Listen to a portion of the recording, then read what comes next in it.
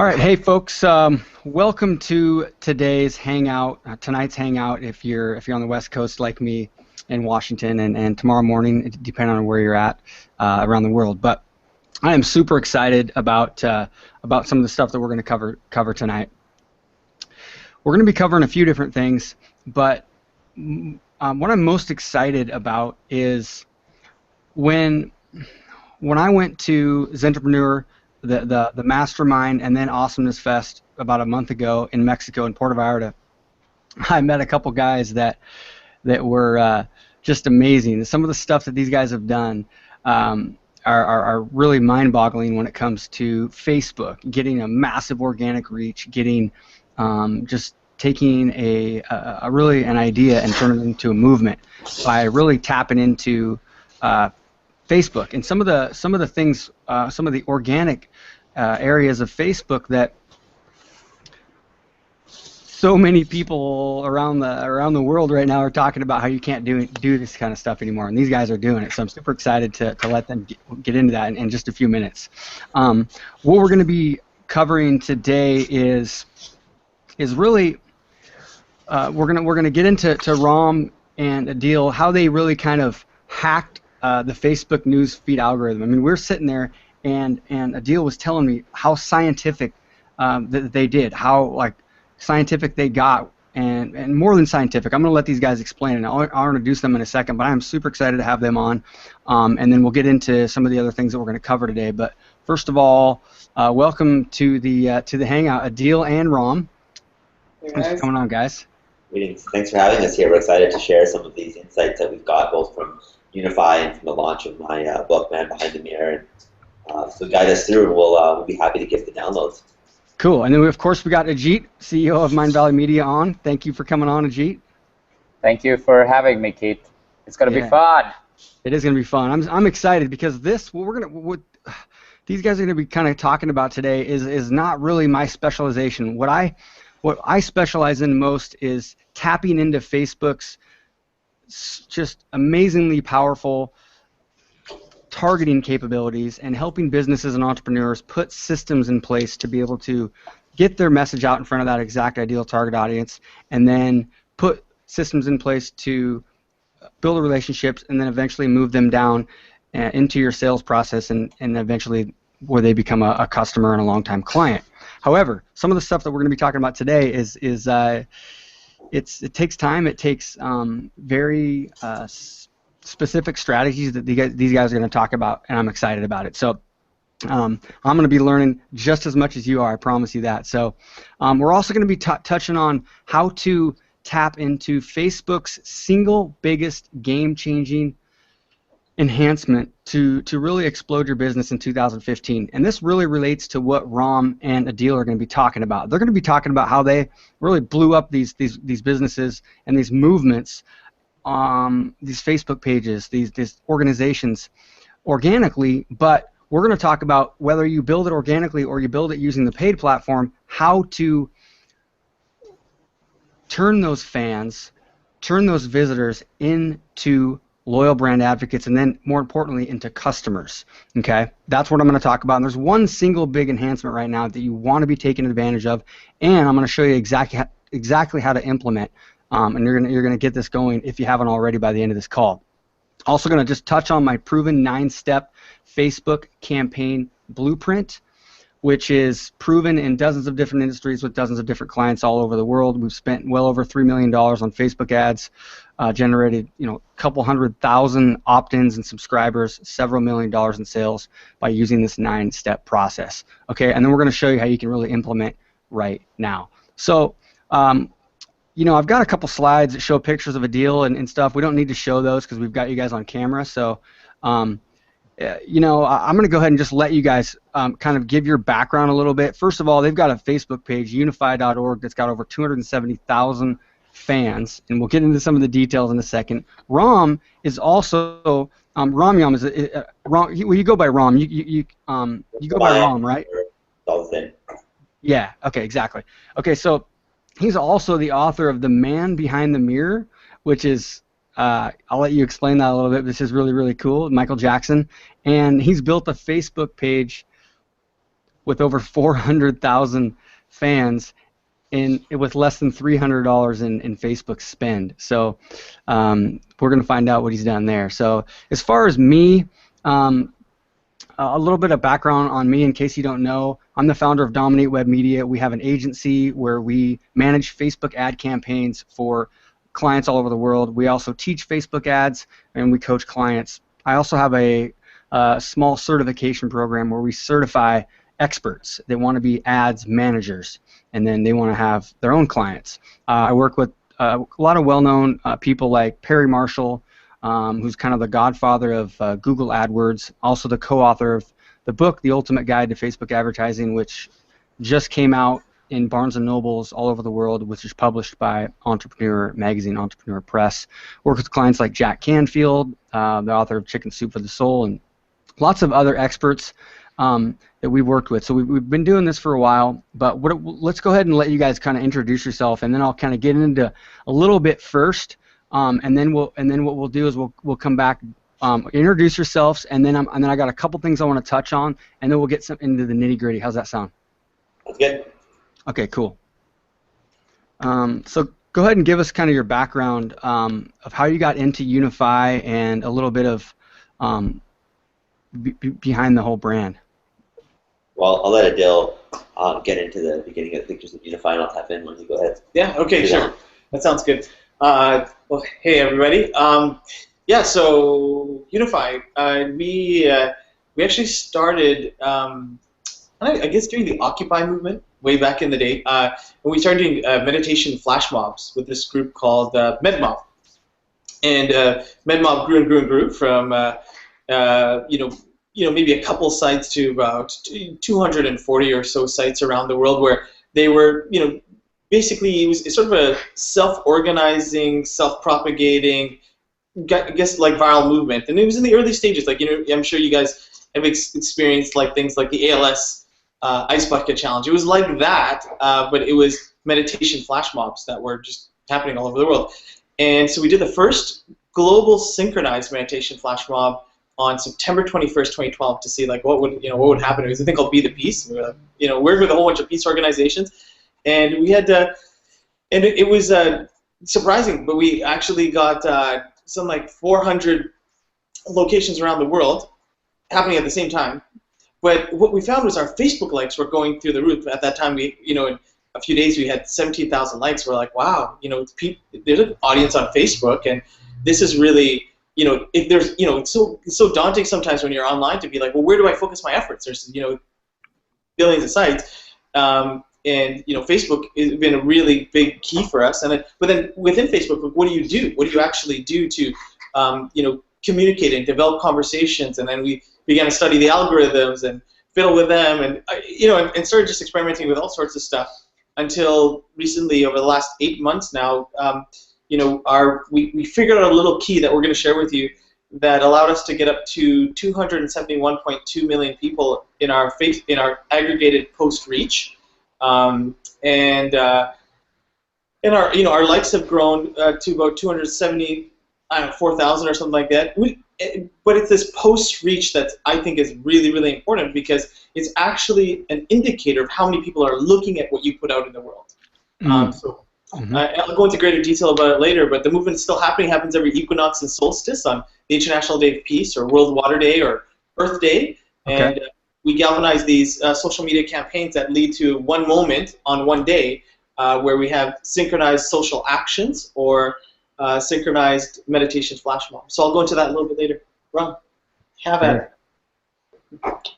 So one thing I want to mention about that's really important is that we had a very distinct mission. We had a very distinct goal. And we started to learn about our audience really early. And this is going to be really important as we go forward with this conversation, is really understanding who your audience is. Who are they? What do they care about? What are their beliefs? Really, honestly, all marketers are storytellers. That's something Seth Godin wrote a book on. And we're building a tribe of people that are sharing similar beliefs and understandings. And so we need to plan social media to understand our audience. We need to understand the story arcs. We need to understand the important and critical points. And most importantly, we need to understand how the current events that are happening now are actually points in your story that you tell. because people are current, they're researching all the time. So all of these things are things that Unify started to really understand. We really got to feel through having conversations and engaging our audience who they were, what they cared about, what their beliefs are. And when we saw posts go super viral, it really indicated back to us the things that really our audience cared about. Once we understood that, we started knowing how to play this game. And Adil is going to do a little presentation yesterday where he's going to show you, or today, where he's going to show you some of those story arcs, some of those most viral posts, and what really went. Sweet. On my end, I wrote a book. Again, something I was really passionate about, authentically, about Michael Jackson, called Man Behind the Mirror. Some of you guys must be huge fans of Michael Jackson. You know, if you're older, you've listened to Jackson 5 and grown up with him. If you're younger, maybe Bad and Dangerous. But he impacted people. Over 2 billion people tuned into his funeral when he died. One of the greatest. 2 billion? 2 billion people tuned into his funeral. The most televised event in the history of our planet, more than the Pope, more than anyone. So he made a huge impact globally on our planet, yet he's one of the most misunderstood figures in history. So I wanted to write about who he really was, what he was really doing here, behind all the media guys and what most people have read or just seen about him in news channels. And so he wrote his own book of poetry that almost nobody knew about. In it, he really exposed his deeper self and what he was really here to do. And so I wrote a book called Man Behind the Mirror. And obviously, when I went on Facebook, I started to see that there was a huge following. His own fan page has 70 million likes and followers. So I had a very clear and very distinct audience for you to tap into. And I'll share with you guys about how I built a tribe in a matter of a year to get almost 400,000 likes and a huge level of engagement around these topics. So that's the framing here. Very cool. Okay. Use the same strategy because we're brothers, yeah, like we're best friends. So right? We play every day together, and we kind of like share notes. We're like, hey, did you try this? Did you try this? And then we just fiddle about. And a lot of the things have been experiments. They've just been experiments. But most people, whether they realize it or not, are actually subject matters on Facebook. Subject matter experts, on Facebook. Why? Because we're on Facebook every day. We actually know what we share. We actually know what we like. We actually know what we comment on, right? And it's a matter of getting into some pattern recognition about and analyzing why we like those certain things. And you'll notice it's I at least I find when I look at a post I kind of sense like how viral is it going, like how many I want to get a beat a little bit on how many other people like it, how many people are commenting on it, right? So there's kind of a unified field effect that happens, but we're going to share with you some of the experiments that we fiddled with and what we figured out. And the facts are, because you're subject matter experts, you're on Facebook every day, you're going to figure out stuff that we're not going to figure, that we've never thought of, and we want to hear about those things too. We want to get an understanding about what your ideas are with what little we understood. But we developed a model, and that model we've been utilizing, and we want to share that model with you. And upon you really understanding it, it's just so simple, and you'll be able to you'll come up with amazing stuff and grow your grow your Facebook tribe like crazy. So. Okay, sweet. I'm excited. Okay, cool. 1 second here. I'm going to do let's see here. Go to screen share there, and we're going to go to this. And, okay, you guys see my screen? I'm going to run through this real quick. In case you're, I want to go through a why Facebook right now. There's a couple things that are really, really powerful. This right here is the map of everybody that's connected that's on Facebook. The crazy thing is that 3.3 billion people on the planet are connected, okay, online. There's 7.2 billion people on Earth right now. According to Peter Diamandis wrote an incredible book called Abundance. He's got a great TED Talk in 2012, and he talks about the rising billion. And he said in 2010 we had 2 billion people online connected on planet Earth. That number from 2010 up to 2020 is going to go to 5 billion. Okay, well, we're in 2014 now, heading into 2015, and we're at 3 billion. So he's basically pretty much exactly right on as far as his prediction. Now, there's 1.3 billion active Facebook users. There's actually 1.8 billion Facebook users, but 1.3 billion active users. Okay, that's almost half the connected planet. 43% of people right now are on Facebook. Okay, you see, Facebook is not trying to be the next Snapchat or Instagram or the next fad social media platform that the 17 and 18-year-olds and 21-year-olds are using. Facebook doesn't want to be cool, okay? Facebook wants to be a utility. They want to be like electricity, or more importantly, more like the telephone, okay? How people stay connected. And you know what? That's exactly what's happening. Just think about how many people that you have connected to that you've connected to recently that you may have grown up with or went to high school with or went to school with that you have recently moved away from, but now you've reconnected with them because of Facebook. I bet you every single person right now listening can think of several people that that's happened with. And then also think about how many private Facebook groups that you're a part of, maybe for personal reasons, for community reasons, or for business reasons. Private Facebook groups. Okay, people are connecting, they're sending private messages to people, and obviously this is a big part of why you guys have been able to create this movement with Unify and with the man behind the mirror. Am I right? Totally. Yeah, exactly. Cool. So this is real quick. I had to take this. This screenshot, you guys, is from today. If you look at the date, I hovered over the 2-hour thing. Wednesday, December 17th. This is today. Okay, so this is a guy in one of my private Facebook groups for one of the guys that bought our courses, and this kind of sums up a lot of stuff. And he's super excited. This guy's an older guy. He's not into technology, and you can tell, but he's an action taker, right? I forgot to underline the second time here at the top where it says effing opt-ins. I'm closing more sales. Thank you, Keith and DWM team. Blah blah blah blah blah to help me close more sales.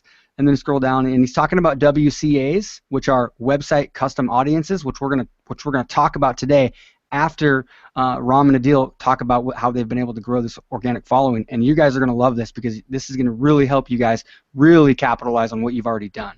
Okay. And thank you. And then the bottom part, December is my best month yet. To be honest, Christmas for the kids was looking slim. Words cannot express a level of gratitude for you both and DM Lab. So that's a pretty cool feeling going into Christmas. And at the bottom of this is the thread, the comment thread. If you look at the bottom here, he goes, "Hey Keith, a game changer for my pocketbook, Keith. Haha, just saying. Truly though, thank you for all that you do. And to think I came across your Facebook stupidity tax rebuttal to Veritasium, and that's how I ended up here." Now, what he's talking about is a blog post that I created and I amplified with Facebook ads where there was nothing I was selling on that page at all. There was no buy button, no opt-in. It was a blog post that I was using Facebook's targeting to get in front of my exact ideal audience, and then I used retargeting, which is website custom audiences, later on to bring him into my lead magnet and into my sales funnel, and then he became a customer. And so it's really perfect because it shows you that anybody can do this if you just kind of get over the hump and don't get stuck. I mean, the stuff is going to get frustrating, but if you truly figure this stuff out, it can really be a game changer and get results like this. This is another guy, Justin, talking about, hey, we did 1.2 million in our recent launch, had 12,000 opt-ins from Facebook ads at an average of $1.05 per opt-in. At last count, 108,000 came from those leads. I guess I should be sending a testimonial. Why Facebook ads? If you want to make an impact, like we're going to talk about right now, these guys are making a big impact. You can do that. People are on there, okay? If you want to make a profit, you just saw that. I've got clients that, yes, you can get a 3 to 4, 5 to 10 to 20 to 1 ROI if they have the right process in place. Or if you're just trying to get scale. If you're trying to get scale and you want to put a system in place so you can truly do the things you want to do, you can start working on what you really enjoy instead of just being kind of buried in the business, start getting more time freedom. You can do that once you learn how to put the right system in place. And I'm going to touch on the right system after we get into some of this really cool stuff. So let's actually actually just imagine if you had 100,000 plus true fans like Adil and Ram do on 2 separate pages, a constant pipeline of leads, and then a true system producing positive ROI for your business. I mean, imagine what you can do this year as we head into 2015. I'm super excited. We're putting some pretty cool systems in place for our clients. So let's go back to the video here. I always There we go. We're back to the. You guys see me? Yeah, we see you. All right, cool. All right, cool. So it's exciting. People are on here. It's like, and so let's get into this. So I want to hear about how you guys have done this, and let's get right into it. So. Okay. So I'm going to start by laying out the model that I was talking about. Okay. So Facebook is a river. Okay. It's a river flowing by you. It's constantly moving, right? Every time you update Facebook, every time you go on there, there's things in that river, right, that are floating down that river. Facebook ranks content, or let me use this model. Basically, each one of us, when we put up a post, we're throwing a little message in a bottle in that river. Okay. So, and some of these are updates about what we're up to, or like what we're eating today, right? And yeah, you can get some likes and all that. All right, but what Facebook is looking for is how many times people are taking that message in the bottle that you threw in the river, taking it out of the river, reading it, and then throwing it back in again. And the more people do that, the more they're like, wow, a lot of people seem to be engaging with this and like this post and are commenting about this post. Let's actually put it in a few more, quite a few more rivers. Right? That makes sense? Yep. And so what governs why someone would actually take something out of the river and read it, right? Yep. Like actually open up and read it and then repost it. Well, right. What we began to understand is that there's pretty much a prevailing conversation happening in Facebook and actually on the rest of the internet. You can actually begin to really understand what's sort of in the zeitgeist by getting good at studying the active sources of news that people access every day. So some good examples are Huffington Post or Reddit. And for the most part, we already know what it is, right? Like let's say during the Gaza conflict, people were really outraged as to what was happening in Palestine, and some people, and there was differing perspectives going back and forth, right? But that was a pretty conversation. One second. So hold on. I want to kind of bring people back in for a second. When we were sitting together in Mexico, this is what got me really excited. And this is what you're leading into, I think. So what he's going to explain to you is basically some people they can take a post on Facebook, and the goal is to get as many people that are in your target audience and as many people as your fans to see that post organically, right? Because businesses are averaging maybe 5 or 7% of their fans seeing their posts. But what these guys are talking about and what they're doing with some of their posts is there's a point where you'll get this level of reach of your existing fans, and then all of a sudden it'll like jump into the jet stream, and all of a sudden it goes to the rest of the public. Facebook makes a decision that this is not just something for your audience. This is news that the rest of the world needs to see. Is that kind of what you're segueing into right now? Totally got it. Yeah, okay. Absolutely. Right? Perfect. Yeah, so their job is to populate these feeds with things that people find interesting, right? So, so how do you actually determine what's interesting to the rest of the world, And so we began to examine certain individuals that, we were watching them get, millions of views. And what were they doing? They weren't just creating things that they like, that were intriguing to them. What they were doing was speaking into a prevailing conversation and creating a really unique perspective on that conversation that the zeitgeist was feeling. Okay. So, hang on, just one quick sec. So, for example, Ferguson, right? So there's the news about Ferguson, right? Yep. And people engage with their very heated perspectives of Ferguson.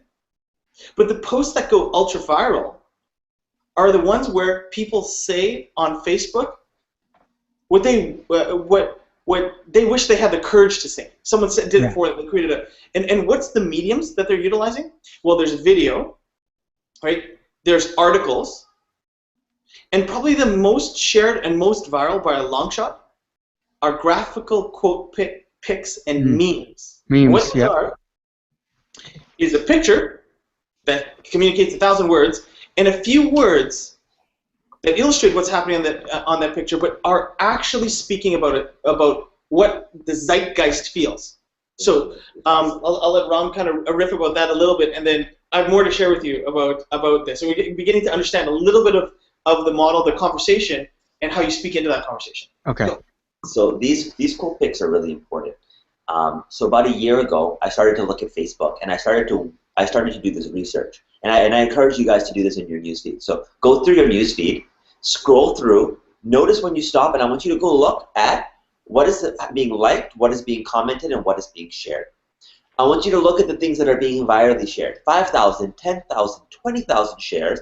And I want you to come back to Keith, and I want you to tell him what those are. Download 10 of them. I guarantee you 8 of them will be quote picks.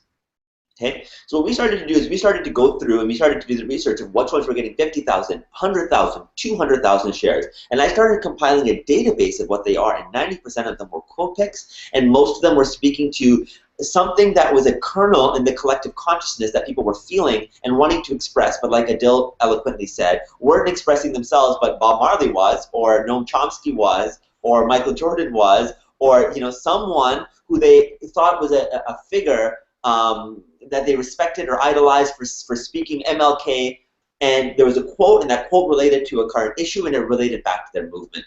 And it's a powerful formula that some of the best groups out there are really utilizing. And so, for example, what we were doing with Unify is we were saying, listen, come together at these critical moments to meditate, because when millions of people come together around the planet in synchronized moments of intention and meditation, it causes tangible shifts in the world. So we were looking at things like, hey, look at this war in Palestine. And so we were saying, hey, look at this war in Palestine. Let's all come together on September 21st and meditate for peace. So this war became actually a catalyst to stimulate our tribe for a movement to get them to act in a way that actually served the movement. So all of these things of conflict, division, separation are all actually catalysts for unity, peace, and consciousness. So all of these story arcs you'll start to see will follow. So for example, you're a health company and you're selling a fat and weight loss product. All of the different story arcs that are out there about sugar and obesity, diabetes, all the rising health concerns are actually things that are stimulating your story. So you have a very powerful story, and things are happening, and content is coming out every single day, and you get to now speak about that content in relation to your product and to your movement. The other thing I really want to say that's really important is, although we tend to be quite product focused and driven in these conversations, what's really important is actually your story in your conversation. The conversation that you're having and how you're galvanizing people around something that's real and that's tangible. If your only intention is go out there and make a buck, likely you're not going to succeed that well on Facebook. The people that succeed the best are people that actually genuinely care, that have a genuine and authentic story, and are really passionate about telling that story to an audience that really cares. If you have those recipes lined up, you can launch a product to them that really works and that's really effective, and people are going to really buy it up because they trust you, because you've built up credibility, and because the majority of your posts and content are authentic and are content-driven and content-based. So those are some really, really important things here. Good point, man. Good point. You want what you want to create. If you really want to create a post or quote pick or meme that goes viral and experiment with it, is where you create something where it's a feeling of like everybody is actually feeling this, but you actually have the courage to say it. Or what something you can experiment with is either the creation of quote picks and memes, or the curation. Curation means that you can begin to study some masters in this field. There are masters way better than we are that we'll share with you in just a moment, like who you want to be studying. You want to be studying the science of what they're doing, and then watch the pieces that go ultra viral in their communities, and then download those, and you upload them again, and watch it go viral in your communities. Can you show them a couple of the Facebook, the Unified posts? Just give them now, because we've given them this awesome download. Yeah. Let us show you a couple of these posts that we've created so that you get to see them. Keith, can we just do a quick screen share here? Yep. Let's switch you over here. So while you guys are doing the screen share, I just want to summarize what's happening. So at the same time, because I don't know if the guys who are on the call, and I'm guessing we're 100 plus right now, what you need to do is you need to be making a structure or a way of writing notes that you can take this information back to your business and see how you want to replicate and execute on your business. What I'm doing on the call is literally I'm the note taker on this call. So what I've tried to do is whatever Ram and Adele has said till now, I put it into a format that is easy for me to understand. We'll share this with the community later or towards the end of the call maybe. But what I just want to make as a note to the listeners is the guys are giving you a lot of good stuff. Like I've got a lot of good stuff already. But if you'll just listen and not take notes of it, it may get lost and it will not get replicated to your business 2015. So do make it a point that you are taking notes. Until now, and I'm just summarizing, and Adel and Ramayan just confirm if this is what we've talked about. Until now, from what you've said, I've got 4 major points. One is understand your client demographic. You understand it fully. Secondly, you do reality infusion. That's just the term that I'm using for making sure everything is real life events, all that kind of stuff. And there are sub-points to everything, which I will mention towards the end of the call. Third, you said, is have a story. It should be authentic. It should be real. You should have a story of why you're doing what you're doing. And lastly, the last point that you were talking in, which I think we're going to lead into now, is everything should be either you're creating or you're curating.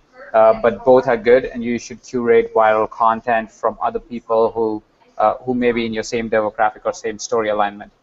Is that somewhat I've got close to what you guys were saying? Yeah, or really. The points that you said? Yeah, Cool. yeah, that's really well articulated. Cool, awesome. I'm going to hand it back over to you then now. Okay, Okay, cool. awesome. So I think I do present to everyone, and then you guys can. I think you guys can share your screen now. Okay, If you look ready? on the left side. We're presenting or sharing our screen now. There we go. You guys see it? Perfect. Got it. Yep. Yeah? Okay, great. Beautiful. Yeah. Okay, so I'm just going to quickly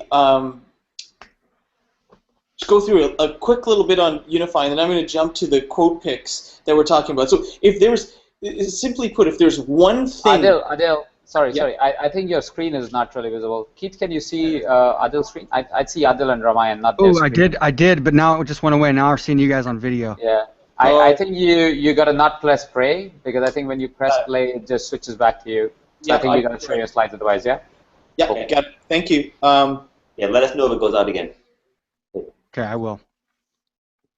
I won't be able to see it big enough. I'm going to try this one. Just give me a sec here. What I do is just full desktop and then just quickly switch it to your screen. Yeah. Yeah, that's what I was thinking. Does this still work? Are you guys? Can you see us? It looks like it's transitioning right now. Okay. It works for me. You can see it? Yep. It's Great. showing. Keith, can you see it? Well, I see a picture of a deal. Really? In mine. Is that what you see, Ajit?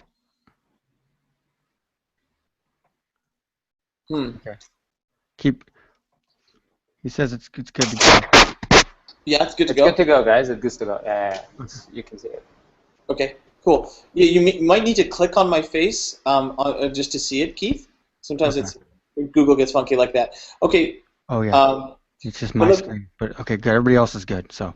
Okay, cool. So, so Unify, we hear that all the time. Like we're creating tribe, we're creating movements. If you can see this, Ajit, can you see this picture? Yes, I can. Sorry, I'm muting myself so I don't create this. Okay, got it. I can. This is from just one of our events, and we would have typically somewhere between, from 300 to 1,170 events like this all over the planet at the same time. So there's actually a self-organizing movement. This is in Austin. This is in London. And so when we talk about engagement online, that's one thing, but the holy grail is getting people engaged in the real world. So, sorry, give me a sec. So, what we were saying is that over the last 8 months, we got up to 271.2 million people as our total post reach. And you'll see here, if you look down the middle column, it says 19.5 million. And if you look up, you'll see showing data. That's over the course of 1 week. So this was our best week, where we actually, were hitting 19.5 million people. And that's how many people, our posts are showing up in their streams. And and that week we had over 19,000 new likes, 1.6 million people engaged. And this isn't typical. This isn't every week for sure. But this is our best one. I wanted to show you how and why. Currently we have 270, almost 273,000 likes. You'll see in the bottom left-hand corner there. And these are the posts that Ram were talking about.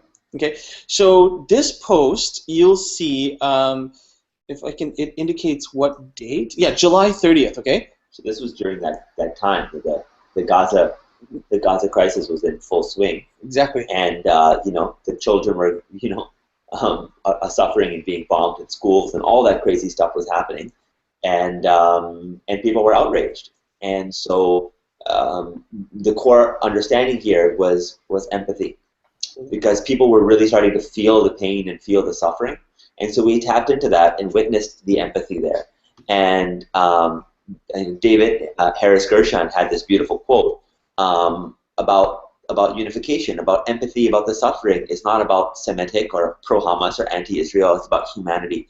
And it resonated with people at such a core level because it was what people were actually feeling.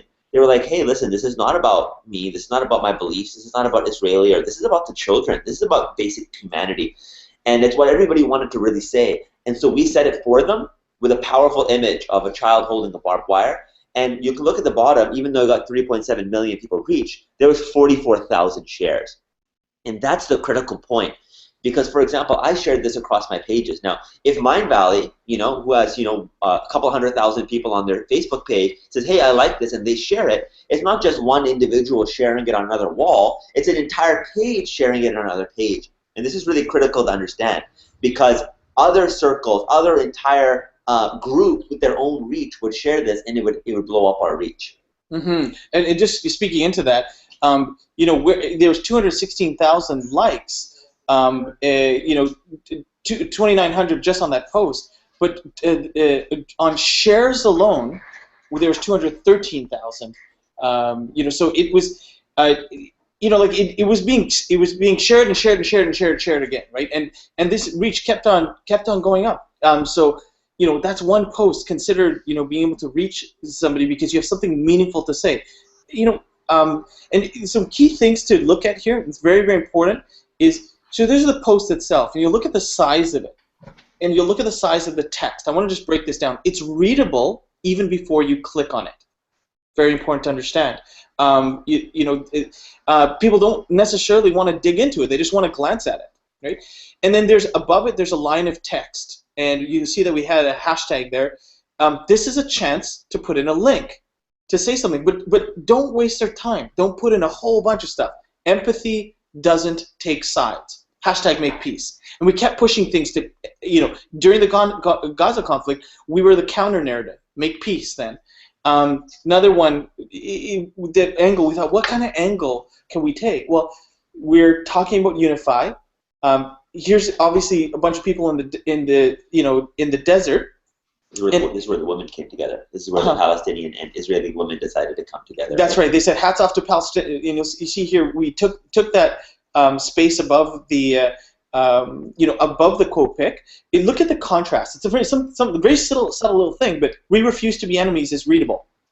Why? Because it's black on a very light background, and then it's a very clear, simple thing. You're just seeing people to say, yes, there's all these people being killed, and that's what's showing up on CNN, and what Hamas is doing and back and forth. But actually, this is a message from the people. Hats off to Palestinians and Israelis coming together. Check out We Refuse to Be Enemies, a vision camp in Israel, Palestine. Make peace, forgive one. Jews and Arabs refuse to be enemies. So this was actually what people, they were basically, when people are saying they're liking it or they're sharing it, they're saying thank you. I was feeling just the same way, that I don't really believe in what the mainstream media is telling me, and I believe in the hope, in hope for humanity and the beauty of the human race, regardless of what we're seeing. So again, if I can chime in there, Adil, just for 1 second, because I think I just want to draw context to what you're doing, because a lot of people on the call may not be in a space where they can actually share any kind of political or social news. But I think what you're really addressing is the higher human need of living a life full of purpose. I think you're speaking to people's not just their basic needs, like I need to eat food and drive to work or something like that, but you're talking to a very high purpose need, which is how the world has evolved, because really in today's times nobody really has a problem of figuring out, I mean, at least not in the parts that we live in or our clients live in, have a problem of food and shelter. They have a problem of finding their passion, finding their purpose, working with their passion, working with their purpose, fulfilling a higher desire like freedom and happiness and joy and stuff like that. And I think when the information and the kind of quotes you're talking about, of course, this is more in social context, but can be translated to any human being and any human ambition till the time you're speaking to their higher purpose and their higher need. Would you say that I'm a little bit on track there with what I'm saying? I think you are, Ajit, and I think that, again, it comes back to both the reality infusion that you were talking about and the story. You know, again, like I said, you know, even if you're a marketer, it's really about what story are you tapping into. For us, this story was completely relevant to our campaign, which is, you know, bringing people together in peace and meditation. That's not maybe your campaign. Your campaign may be, hey, you know, people are suffering with diabetes, and you know they have they're there because, you know, Coca-Cola and, you know, big corporations are feeding people sugar, and this is causing huge health problems. So you're going to create a story arc, and your memes are going to be around the story. You're going to have two big Coca-Cola bottles, and you're going to take a photograph of the counter at 7-Eleven that everybody goes by, and you're going to say, like, you know, we refuse to be, you know, pawns in a system, or whatever it is. If you're doing a counter narrative, you got to show what part of the story are you on the opposite side of, in a way. The other thing too is I was gonna jump in right before Ajit did, and for those of you that I'll show you guys an example of a post on the Perry Marshall page, which is a business-to-business page that went viral and got 60 million people reached. 678,000 shares, 42,000 comments, 1 million likes. Okay, just a couple months ago, and so I'll show you guys. And it's so if you have a business, just because you're not in a type of business that that these guys are in, that has a lot of emotion involved. If you take the exact principles and listen very careful, because you'll see why it's the same basic principles that these guys are teaching, and we'll show you that in a minute. But go ahead and keep going. Yeah, sure. I'll be really quick. Yeah, thank you so much, guys, for providing insight. We get a little, you know, sometimes we get a little, you know, we have our I guess our agenda is to spread as much light as possible. But you know what? I just want to elaborate a little bit on what Ram was saying. It doesn't just have to be a counter narrative. It can be just a meaningful, insightful story. I've been watching these certain videos that have been going extremely viral about weight loss, but it's not selling a product. They put a link to their product. Yep. In the subject line there, you know, where we say hats off to Palestinians. But you know what it's been? It's been stories of people's victories, of their personal journey to being like, you know, 360 pounds, morbidly obese, to actually, you know, like actually triumphing over their own situation. These, you know, I've seen them go extremely viral. But you know, people want to read those human interest stories, as Ajit was talking about, those stories of hope, the stories of victory, those stories and because we all have our own insurmountable challenges, right? Yeah, and I think that's important to mention, Keith, because even though you said, you know, they may not be deeply emotional, you know, there is an emotional current you can tap into around a lot of things. And you know, when we were in Mind Valley's Entrepreneur, both Ajit and Vishen were talking very much about Virgin. And Virgin has come through and revolutionized over 400 different industries, everywhere from life insurance onwards. And they found the emotional. Most people were going out with life insurance, and they weren't actually really tapping into people's emotions at all. They were being very cut and dry. This is your insurance policy. This is your percentage. Where, you know, Virgin came along, and they made a really emotional pull about what life insurance was really about.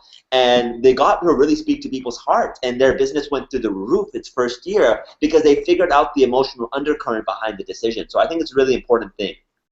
Great point. Exactly. I'm going to, just in the interest of time and to respect the flow, I think we're probably getting through, you know, in terms of what we were doing. And I'll maybe show you a couple more, and then we'll move on here and hand it back over to you.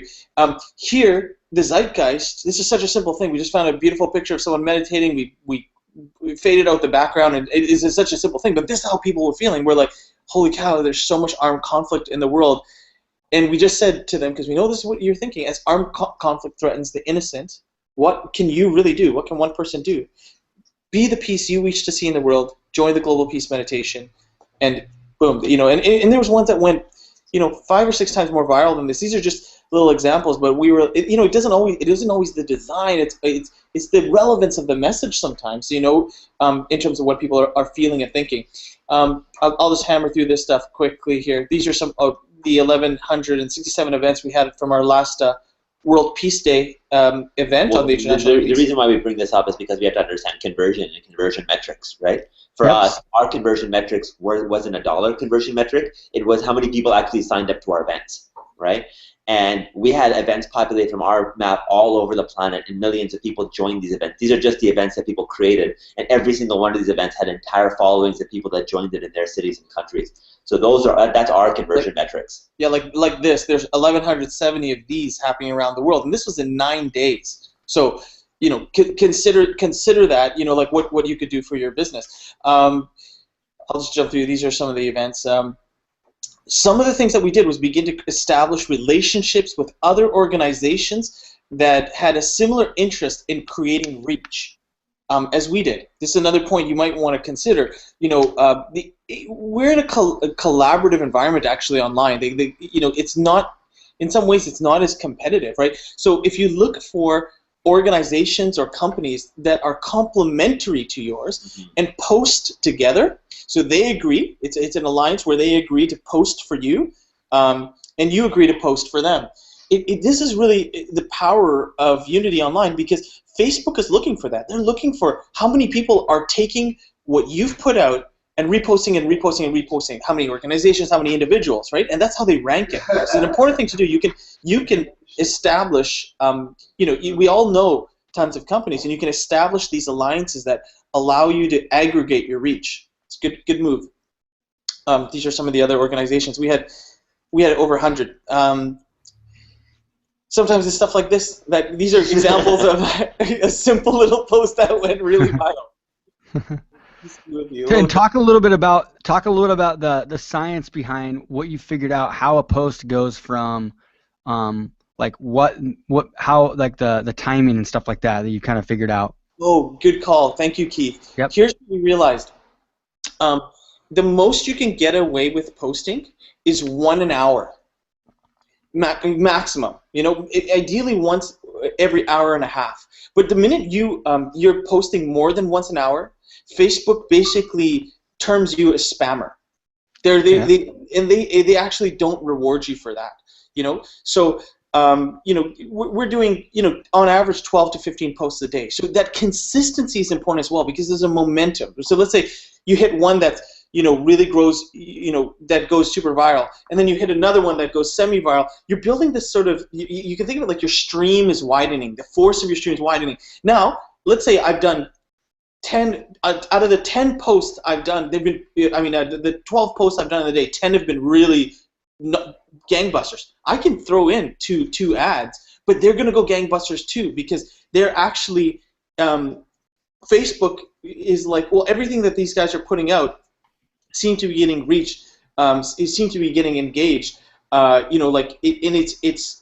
stream is really big, whatever you can get away with putting out a call to action of some sort. Yep. That isn't even a code pick, it can be, but it's like building your momentum. You build up and build it up, and if you consistently are doing that, just spamming, they're looking for that. They have, they've got billions of dollars. They're studying, you're constantly getting quality things on Facebook. How is that? They weed out the crap, right? So don't put up crap. Put up things that you'd want to read. So I want to just tap in with that for a minute, because I think, again, not everybody here needs to post once an hour. And for if you're running a company and a business, it may actually hurt you to post once an hour, because you may turn off your audience. So you have to know for you what works. Okay. So for example, for my MJ page, I post once or twice a day. Okay. That really works for me. I get really good post reach and really good likes every week from posting once or twice a day, and I keep my audience really engaged and non-saturated. So I have a high level of engagement. My engagement is between 20 to 30%, which is very high.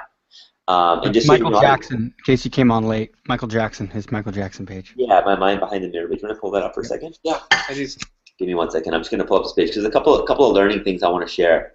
over here from this page. And then while he's pulling that up, you guys, what we're going to do, while he's pulling that up in just a minute here, I'm going to show you guys how to use Facebook's, in my opinion, the most critical thing, the biggest enhancements that they've made in the past year, and how you can really profit from all your existing traffic, all your organic traffic, and how you can really ROI from amplifying posts. So if you're not getting the organic reach like these guys are, how you can actually pay for your posts a little bit to ignite that a little bit. And if you're taking notes, listening, you might have to ignite things for a while, and then you'll get more organic reach. Then, but that's okay because you're using a super ninja strategy that I'm going to show you in a second here to loop everybody back in, and then really be able to monetize your efforts. So we'll get to that in just a second. Yeah, that's awesome. Actually, on a little side note there, Perry Marshall was my first introduction into AdWords marketing. And when I started my first online company, I read his book, Ultimate Guides to AdWords, and that's actually what propelled me to have my first success. And I sold 2 of my companies based on the success I had with his. So when I found you were working with him, I was like, of course, it's all coming. Way. Wow. So just an interesting little side story there. That's what propelled me. And even this page, this MJ page, I started a year and a half ago, but for the first half year I was barely even paying attention to it because I hadn't released my book. I only released my book this June. And so I want to be really clear that I knew that my book was being released, and I knew I had to build an audience for it. So I built up my audience and primed it, and by the time my book was released, I had 200,000 likes already on my page. So I'd already known what was coming. I had already built up a narrative for the launch. Okay, and I tested and played with a lot of things. So I want to share with you some of that.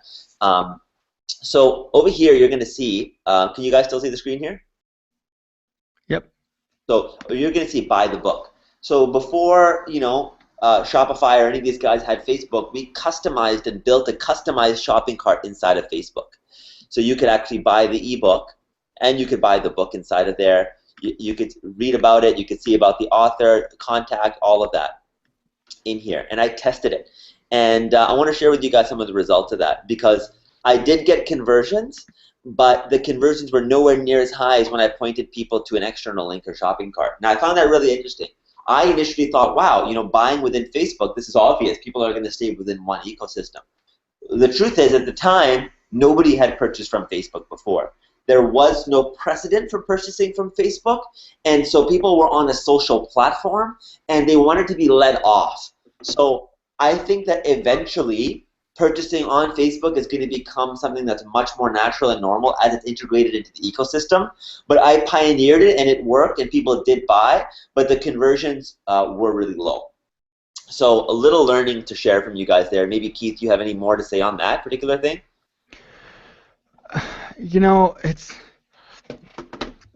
I just think that, yeah, I mean, absolutely. I think you made a perfect point, to be honest with you. Yeah. Because I know you primarily, Keith, you send people and you do conversions and sales off Facebook, don't you? We do both, but we also do most of our traffic. We bring people off of Facebook, right. And so yeah. So what do you think would be if you've had the best results on Facebook? No, I've had the best results, off Facebook, and I think again that you're going to start to see a trend over the next couple of years, or you're going to start to see more conversions on Facebook. I mean, the fact that there's 1.3 billion people there, it's a good place to have an ecosystemic system. It doesn't make any sense, but it's a good place to have everything in one ecosystem. Right. But right now, I found my conversions off Facebook were much higher, so I just wanted to make a little point. Yeah. Sorry, and I was actually trying to check the chat there, so I lost you for about a minute. That wasn't obvious. Yeah, it's authenticity, huh? You're like, yeah. So, but no, it's a great. So basically, yeah, we found when you go take them off of Facebook, there's a lot of different things. I mean, people are teaching keep them on, like create a Facebook landing page, stuff like that. We found in most cases that there's less distractions if you pull them off. As far as like a sales page or a landing page.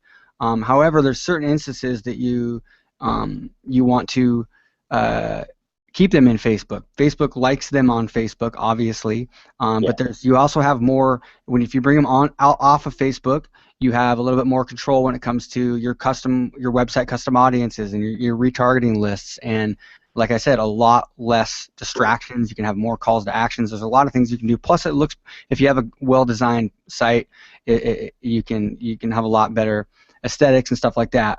As far as I know, people as far as like private groups, I know people that have been in the, like built large organizations, large in the internet marketing space and digital marketing space that have built huge membership sites, and they've built forums, and they've kind of just been a ghost town. And now ever since Facebook groups these started, and they brought everything inside of a Facebook group in a lot of cases, it's made a huge impact because people are on there, and so if a thread gets popular, and if you're part of that group, it'll now show up in your news feed, even if you're not in that group. And there's a lot of things in there that make sense for that. So it's pretty interesting. Yeah. I'm interested to be. I want to learn more about the power of groups from you. We've been using mostly pages, not so much groups, so I'm interested in that. Just wanted to show a couple of things here. So over here is a link to Amazon, where it's obviously the most popular place to buy the book. Now, why did I choose Amazon? I have my own landing page, I have my own shipping service, I have my own everything.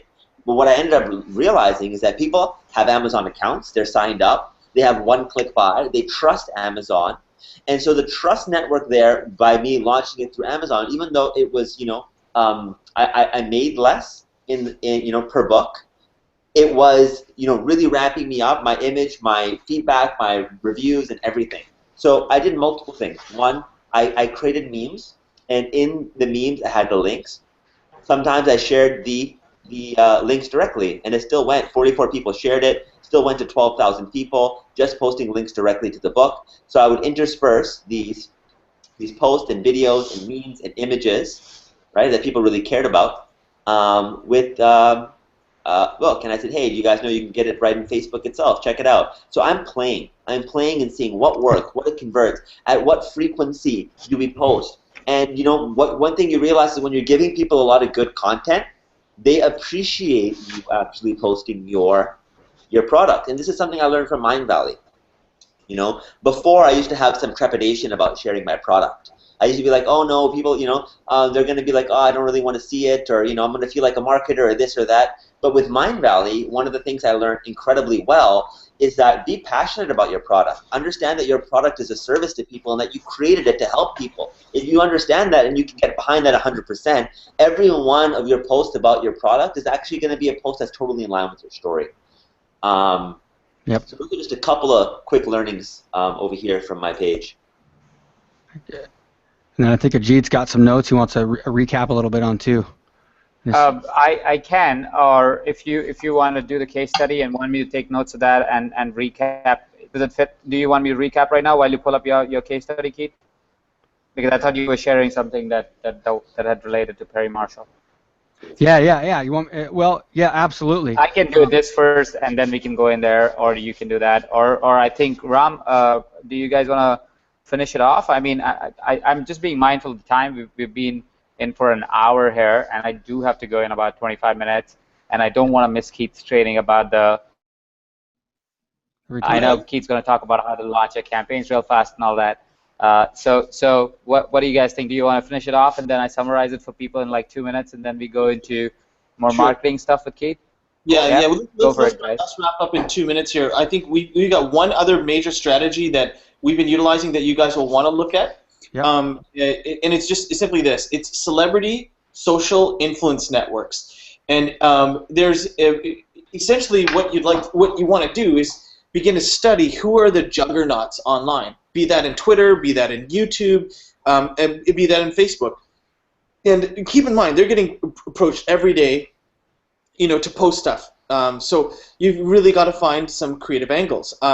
So in this instance, we approached Ashton Kutcher. Ashton Kutcher, and said, Ashton, this is what's happening on December 21st, 2012. Will you help us? At that time, he had 13 million followers. He has a lot more now, maybe double that. And he said, yeah, I'll do it for you. Those few posts where he said, believe that's possible, unify.org.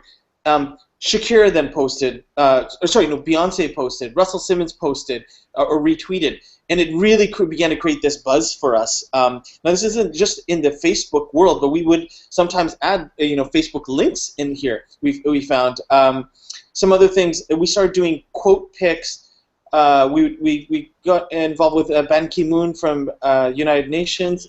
This surprisingly really went quite viral. But for us, and you might want to find your own version of this. But what we were looking at doing is finding luminaries. Luminaries that were recognized voices of altruism, ones that existed now, and ones that are no longer with us, like Gandhi or Bob Marley, as Ram was mentioning. And we did global meditations with Deepak. We're leveraging his network and saying, hey, can we learn from you? Can we share on your Twitter and Facebook? And it's pointing back to us, right? So we're getting a little creative with that. Maybe in your industry, there's a couple major luminaries that you can look to and establish some value relationships. It could be things like Mindvalley's doing, like affiliate programs, where they actually directly derive benefit from posting for you. But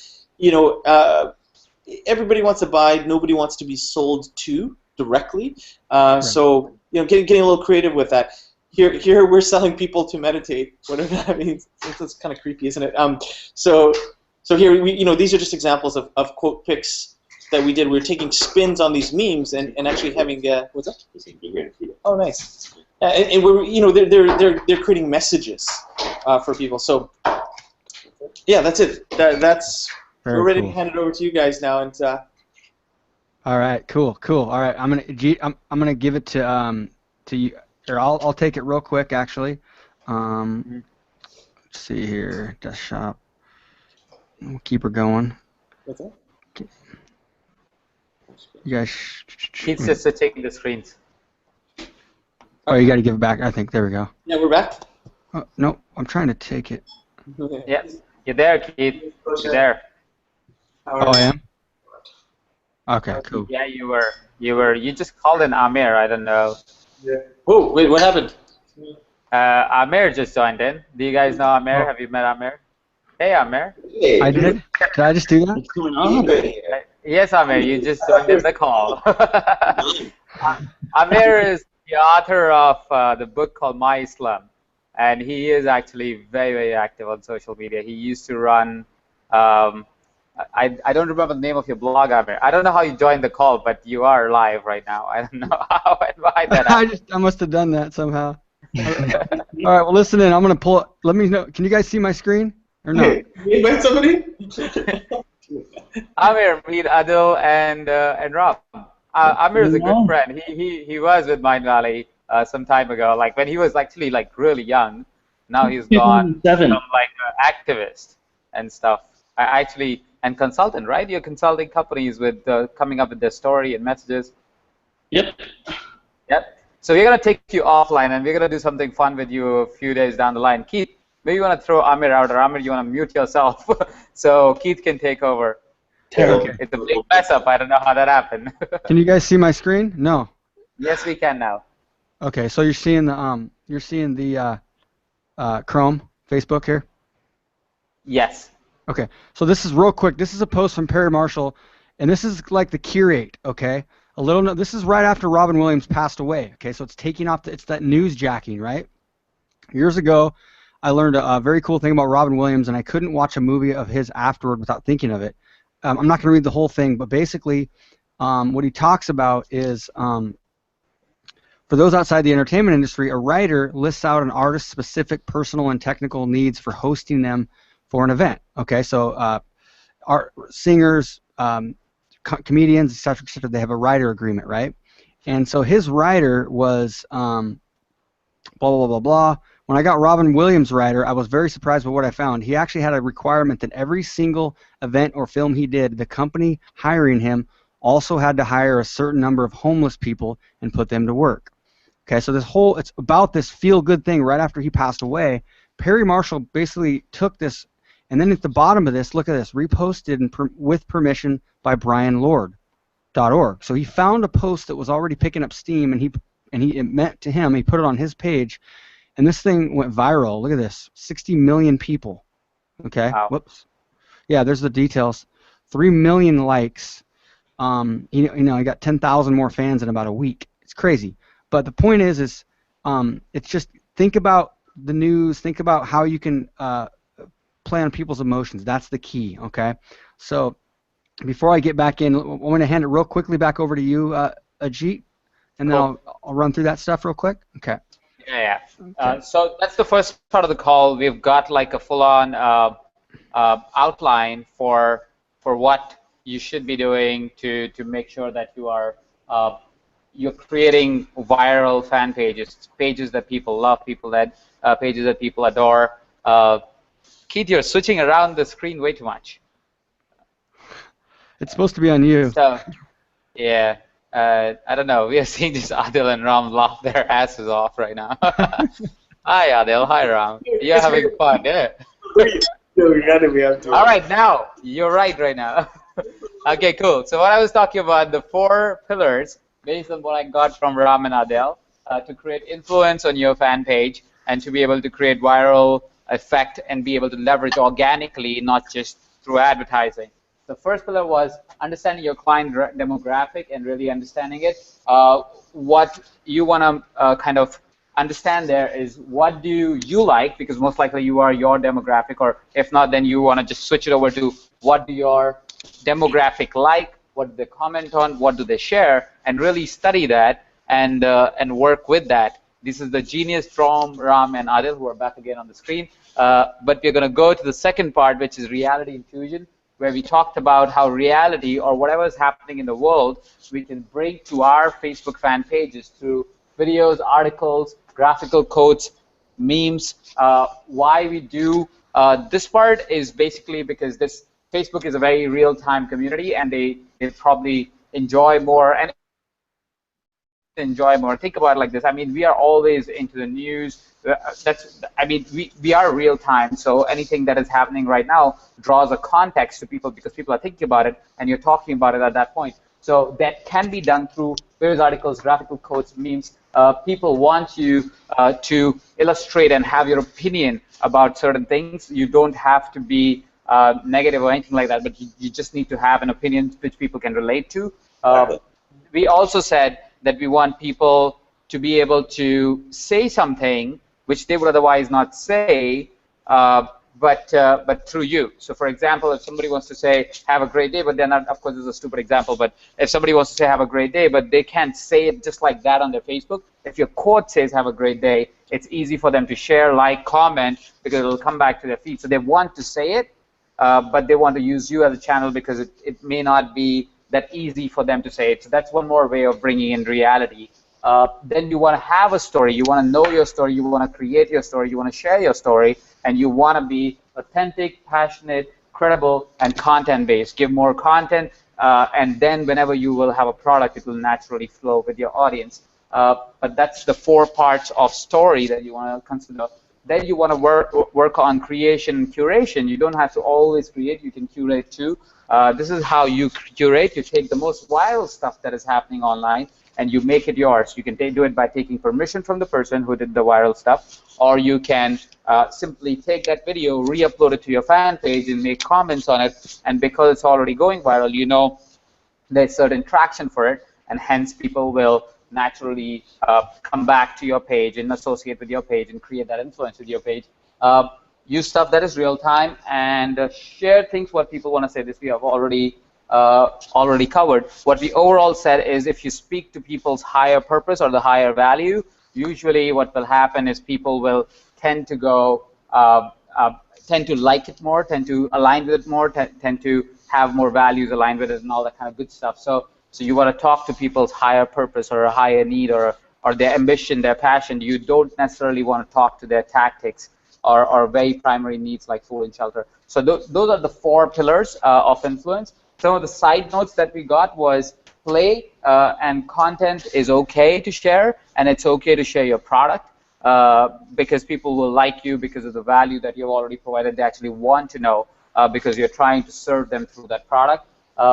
You can put in external links. Ideally, that's what Ram mentioned, that what has worked better for them as well is to, instead of having a Facebook store, you have an offline, or not offline, but a store that takes them outside of Facebook, like Amazon or your website. Ram has found that Amazon links better. So if you have ebooks and stuff, maybe you'll get paid less, but you'll have a lot more conversion. So maybe you want to try Amazon links. But basically, credible links going out of Facebook is absolutely cool. You want to not post more than an hour, once an hour. But what Ram and Adil have done is they post 12 to 15 times a day. But I'm guessing it is okay for you to post maybe 2-3 times a day, or even I think that's a reasonable amount. That's what we do at Mindvalley. I'm just sharing that. And we have about 2 million fans, and we found some stories similar to this. Is what has helped us also create our influence far beyond what our likes are per se. So that's the summary. I think I've covered most of the part.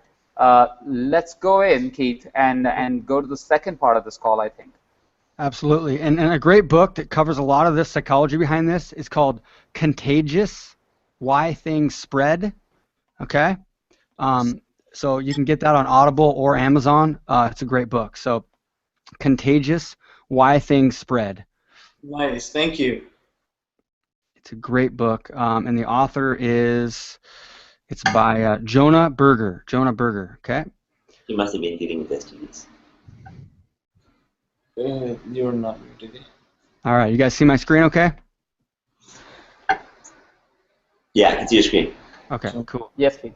So this is my 9-step Facebook marketing plan when it comes to really tapping into Facebook ad platform that we use with most all of our clients, okay?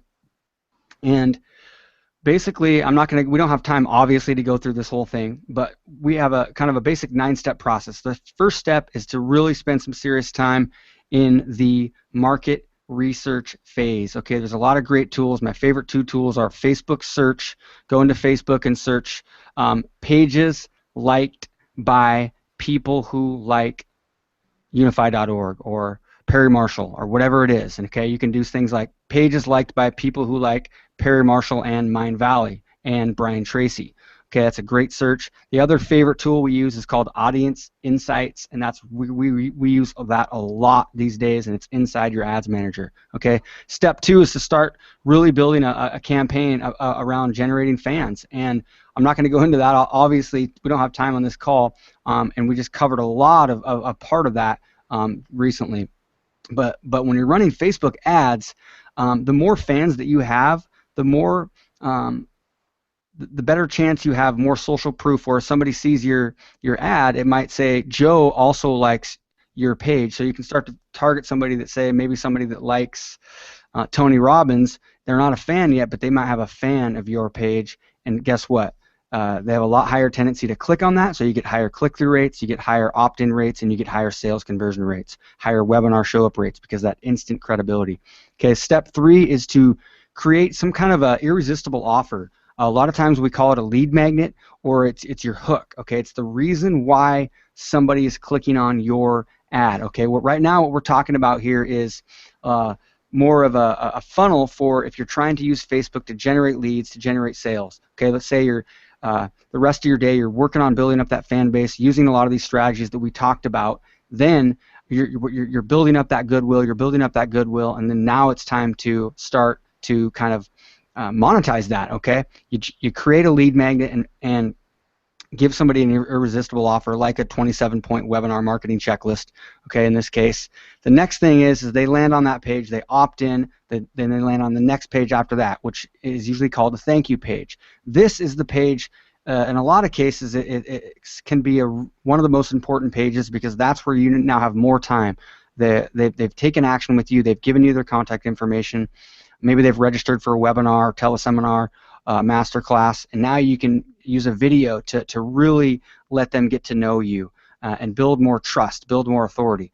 Okay, and then the next step is to really get that message out there in the news feed. So what we do is we create a Facebook post. Okay, we just showed a bunch of them. However, if you really want to put that out in front of your exact ideal audience and you're not able to get that organic reach, what you can do is obviously you can use the Facebook ad platform, which brings you into step 6, and then you're going to amplify that post using Facebook's Super Ninja targeting, and which is step 7. Okay, we go through all of these steps in depth in our more advanced training inside of our Facebook tribe, and I'll show you guys how you can reach that and get into there in a minute. But then it comes into step 8 and step 9. Okay, this step 8 is where you promote engaging high-value content. Okay, you use Facebook ads to get that message in front of your exact ideal audience, and then if you create a post that's emotional and you take what you learned today, and maybe you don't have maybe you only have 500 fans, so you're going to have to use the ad platform to get that in front of that exact ideal audience. But if you take what you learned, guess what? That's the ignition, and then it'll continue to go if you really get that emotional and tap into people's deep, higher needs. Okay. Then the key to really bring this all back home, and this is how people like Ram and Adil and other people that have built large followings organically, maybe they're getting a lot of organic search traffic. This is where you're going to use retargeting or Facebook website custom audiences to really loop people back and bring them down into your sales funnel once they're more warmed up. Okay, we've got specific trainings on every single one of these steps inside our members area, inside the Tribe Learn community. Okay, but just an example, if you take that 9-step process and put it into action, okay, this is a campaign that we recently took over from a client of ours, and if you look at the bottom there, it's got 600 conversions at $17 per conversion. Okay, a conversion in this case is a lead. Okay, they're opting in for more information. What we did was we started really taking the 9-step process. We started tapping into Facebook's new optimized bidding. We started using Facebook's lookalike overlaying audiences. We started using website custom audiences, and guess what? Over about a 60-day period. Then what we also did was we tested the lead magnet. Okay, we doubled our conversions on the lead magnet, and over time we dropped our cost per acquisition, our cost per lead, from $17. It was actually around $22, $23 when we took over, and then when we got it down to $17 after about a couple weeks. Then when we started implementing this 9-step process over a period of time, we're now down to $3.48 per conversion. Okay, if you look at that, they both spend about $10,000 in ad spend, and it's basically the same exact campaign. So look at the bottom one. It's called MDCBB Seminar LA. Okay, June 8th.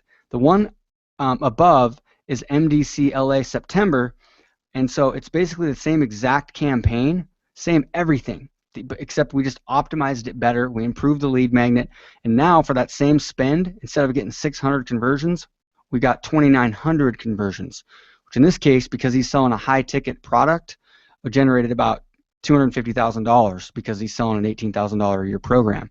Okay, now before I get into I want to show you guys how to really implement website custom audiences quickly, because I know we're running out of time.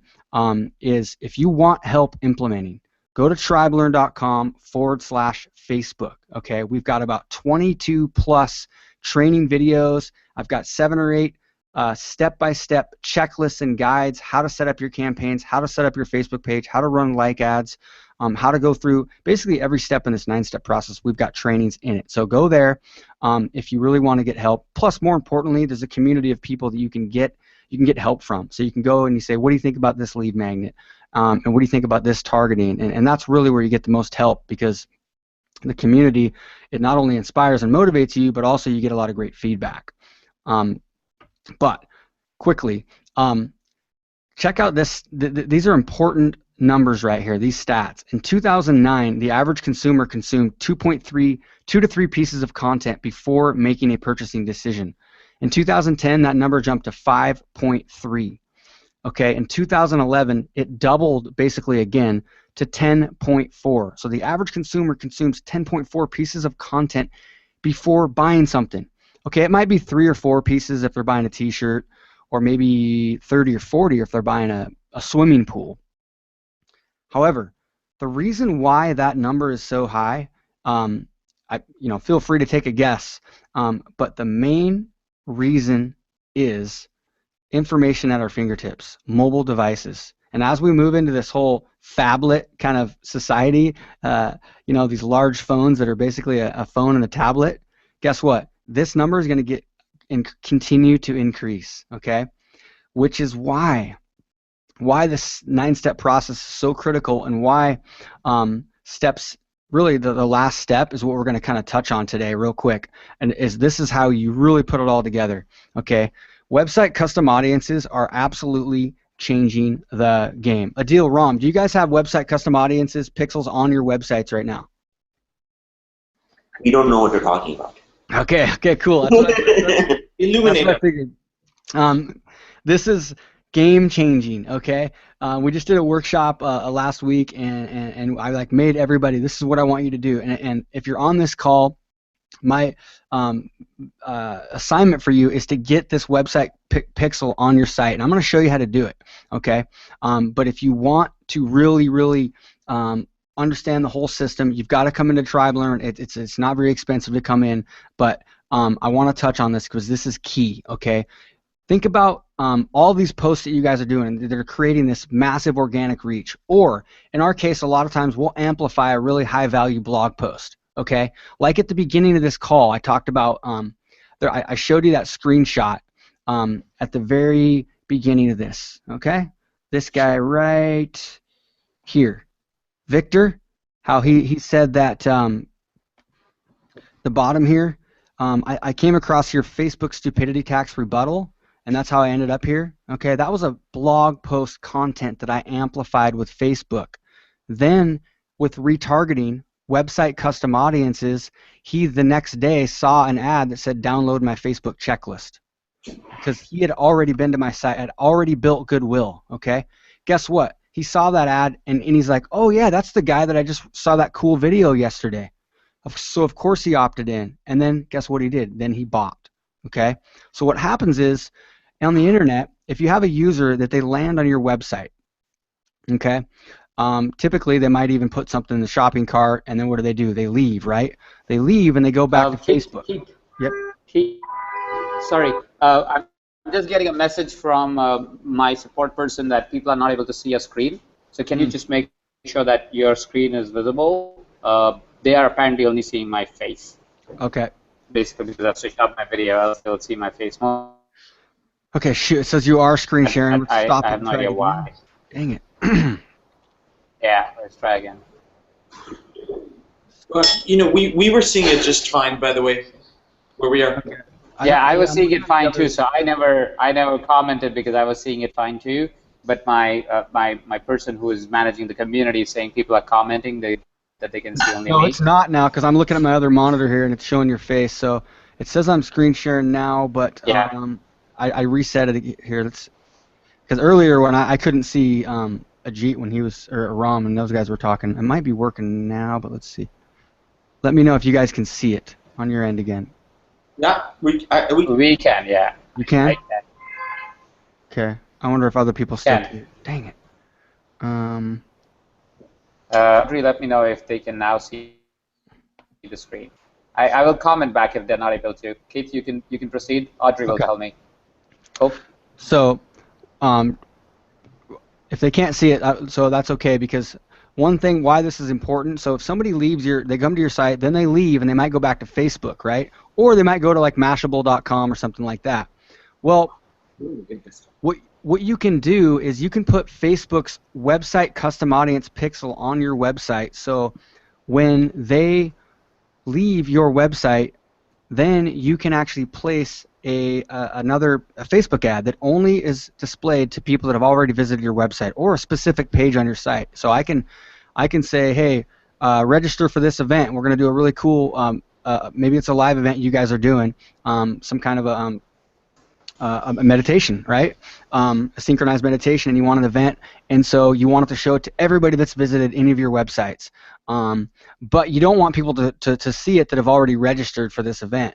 So what you can do is you can display this registration Facebook ad to people that have visited any page on your site, but not display it to people that have already registered and landed on the thank you page for that. Okay, it looks like it's still not showing. So let me see here. I'm going to switch it to you guys and switch it back to me and see if it works. That's all I can think of doing here. Your screen share. Yeah, he's.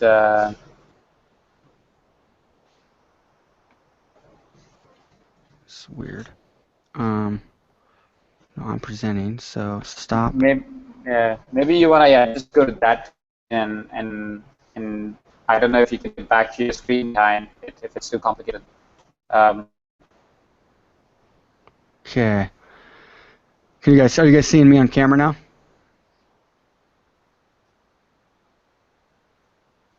It's hard to tell. Dang it.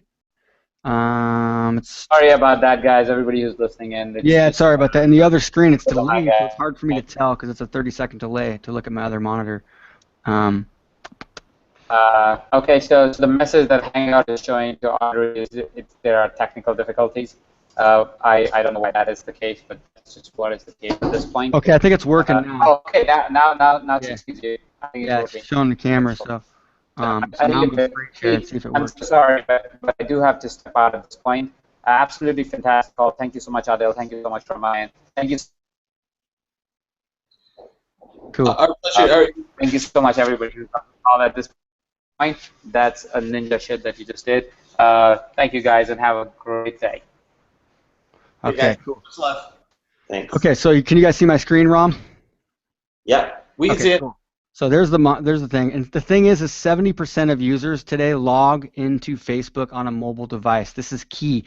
Facebook is the only platform right now, really, that you can target people cross-device. So somebody might see one of your posts, or maybe you play a video in the news feed and you amplify it in front of your audience, or you send traffic to a blog post on a mobile device.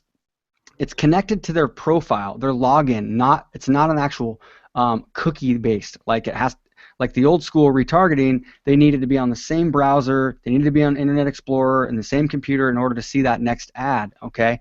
In this case, it's connected to their profile, so you can deliver a message to somebody on their mobile device. Then later on that day or the next day, you can deliver something else, maybe that's more promotional, maybe where they have to fill out an order form or they have to fill out a long registration form, and you can only display that on a desktop computer. Okay, it's super duper powerful. So this is an example. Facebook has released it? What's that? Facebook has released this themselves? Yeah, we're doing it right now. Yep. It's game changing, you guys. This is like retargeting times 10 for Facebook, customized to a new degree. Is basically what you're saying here. Exactly. Yeah. Exactly. So we can look in the reporting, and so we know now if you like some people they're like, well, I can't really do mobile advertising because I have a sales funnel that doesn't convert well on mobile because I have an order form that I want them to fill out and stuff, and so they don't do it. Well, the thing is in a lot of cases, in most cases, the clicks are way cheaper, the leads are way cheaper on mobile. There's more inventory, there's more space available, right?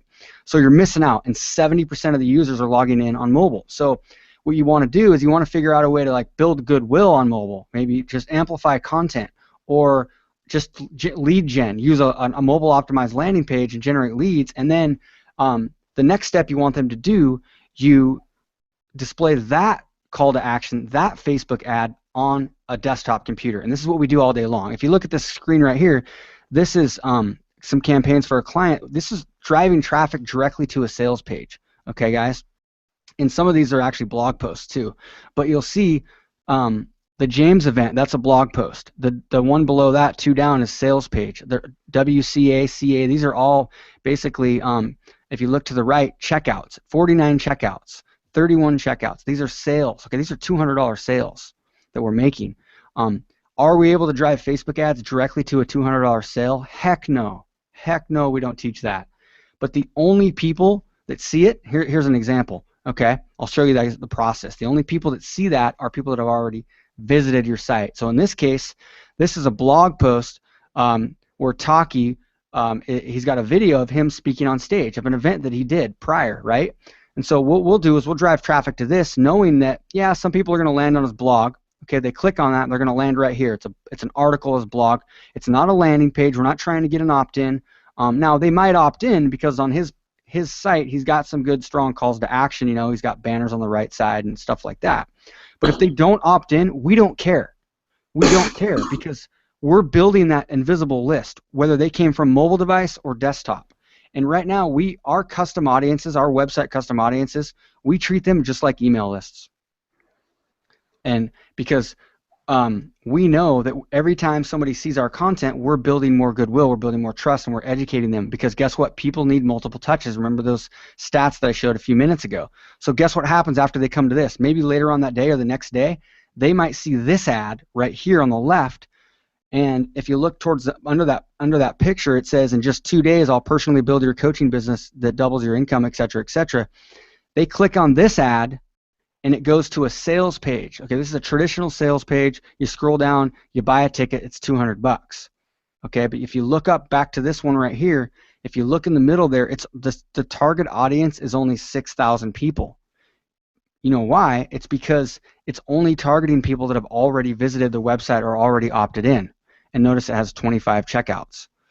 This is the powerful stuff. So what you guys can do, the great thing about this is let's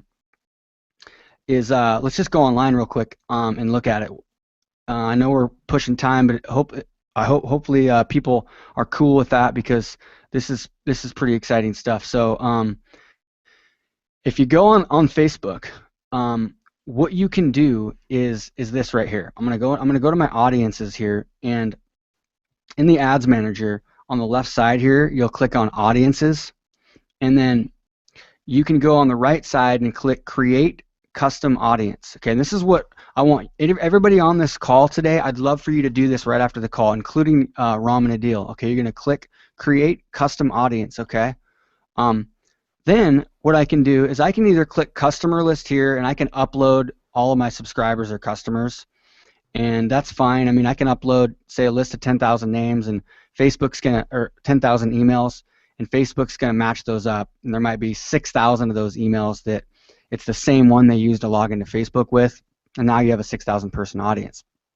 But what we're going to do is we're going to go back, and we're going to we do that, but we're going to focus on website traffic. Okay, so check this out. Anyone who visits your website. So what I'll do here is I might put www.unify.org, right? So then, starting out, the first time you do this, go ahead and just put 180, because that's the longest you can do. You can go out 180 days. You want to at least get this on your site, even if you're not going to run Facebook ads for 6 months from now. You want to get this on your site and let it start tracking. And then what you can do is, let's say we'll say unify.org site-wide. We'd hit create audience, and then basically what happens is, did I hit that or hit cancel? I'm not sure what happened there, but let's say we go to what happens after you do that. The first time you do it, they're going to give you a pixel, okay? But all I have to do here is go to actions, and not on that one, sorry. It's going to be a lookalike. This one right here. Ah, shoot. Lost that screen for a second. I think this is a list too. Shoot. What they're going to do is they're going to give you a pixel, and you're going to copy and paste that. So let's do it again. Actually, I accidentally hit cancel right when I did that, but let's go ahead and just hit custom audience. But they don't give it to you if you the second time you create this. The first time you do this, right after you hit submit, or right before you do this, they're going to give you the code, and it's you can't miss it. Okay, so let's just put perrymarshall.com. Get down here. My computer's acting up a little bit right now. Is what's going on here. It's not letting me. Let's just get out of there. There we go. Test. Create audience. Okay, there we go. So now we're going to do this, and it's not letting me view the pixel for some darn reason. Well, that's okay. if you do this for the first time, they're going to give you the pixel right after you do it, so no worries. Facebook's just acting kind of weird. I was on here today and it was letting me do it, but it's just going to give you a super easy piece of code. You're going to copy that and you're going to put it in the head of your site. Okay, your developer will know where to do it. It's the same place you put Google Analytics. That's all you need to know. Okay, so the step for right now, yes, there's more ninja ways we can do this, but for now you're going to want to get this code on your site and you're going to start tracking those visitors. And I'm going to show you how we're using this online. It's really, really cool. Then once you start creating these custom audiences, you know what else you can do is you can create a lookalike audience. So I can create a lookalike audience and reach new people who are similar to an audience you care about. Select a source country below, then optimization. So choose a custom audience, a conversion tracking pixel, or a page. So what I can do is I can go, okay, I want to take 80-20 book buyers, these are our customers, and I want to create a lookalike audience in the United States. So what Facebook's going to do is they're going to create an audience, 2.1 million people that have similar likes, interests, and behaviors as my buyers. Okay? This is where the power is of Facebook, and this is where if you build in an organic reach, you can really take things to the next level. It's like if you do email marketing, then you have to be doing Facebook ads. Unless you're getting 100% open rate with your email, then you should be doing Facebook ads because you can be running ads just to your existing warmed up people. And so it's not really like an ad. It's just you're just making sure 100% of the people see it. And so when you have an event or you have something you want to sell, so for example, if you go into the ads manager, what I can do is I can create an ad. We don't have time to go through all the ad creation stuff. We do that. I teach all the stuff in the tribe. So if you want to learn all this stuff, just go to tribelearn.com/Facebook. But I'm going to show you guys just the power of this right now. So let's go here. Let's say I want to target somebody that has been on perrymarshall.com, but I don't want to target anybody that's actually bought in a book, right? So we're going to click this one, and then we're going to go right here, and we're going to go exclude this audience. All right? So now guess what I can do is I can say, hey, register for this cool event, and this is going to only be displayed to people that have already visited the site, and it's not going to be displayed to people that have already bought. Or you can do this for your opt-ins. There's a lot of different ways you can do this. It's super, super game-changing, you guys. The other things you can do is you can do something like, let's say I want to target Tony Robbins, or let's say, let's just say I want to target Tony Robbins, and it's 2.2 million people. Let's zoom this in a little bit. 2.2 million people. That's pretty big. Let's say, I want to target Tony Robbins, but I also want to target, let's go 35 and up. And I want to target somebody that makes at least 75 grand and up. Okay. Wow. And I also want them to be look like my customers. All right. So what do we got here? We got lookalike Australia, lookalike 1% book buyers right there. Okay. This is an audience that has similar likes, interests, and behaviors. They're usually really large, so they're kind of broad. It's not going to usually don't do too well just targeting this. But if I go down here, check it out now. We've got 82,000. So we went from 2.2 million people who like Tony Robbins to now only people that make $75,000 or more, and also have similar likes, interests, and behaviors as our book buyers. And now we have a 82,000 person audience of hyper targeted people. Okay. This is just the beginning of what you can do. You can do so many things. You can do things like this. We have custom audience buckets. This is one of our clients that's got like multiple of these. They do therapy, really cool therapy for injuries. And so they have these articles. These are all content articles. And we have retargeting lists. So we have them categorized in like neck pain, general back pain, okay, sciatica. And so what we have inside Facebook is one basically custom audience for all the sciatica articles, okay? One website custom audience for all the general back pain, and then the same thing for all the neck pain. So what we can do when we're in Facebook is we can say, hey, wait, let's go back to that ad. Where's it at? Here it is. We can go into those custom audiences and say, hey, I have an opt-in, a lead magnet, a webinar that's related to just sciatica only. So I'm going to display that, in front of my custom audience that's already read one of my sciatica articles.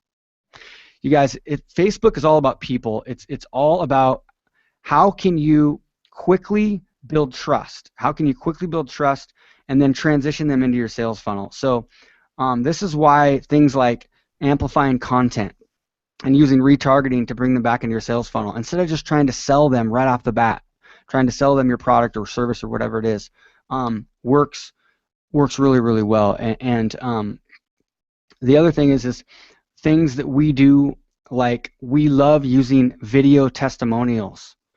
Maybe you don't have a piece of content that you can amplify, but you have a video testimonial that you can put in the news feed, amplify that in front of your exact ideal target audience, then have a link that brings them to maybe some kind of a webinar registration page or an event page or a lead magnet or a sales page, or maybe it's a supplement. We have a client that sells a $38 supplement that people buy every single month, and we drive traffic right from Facebook to their Amazon sales page.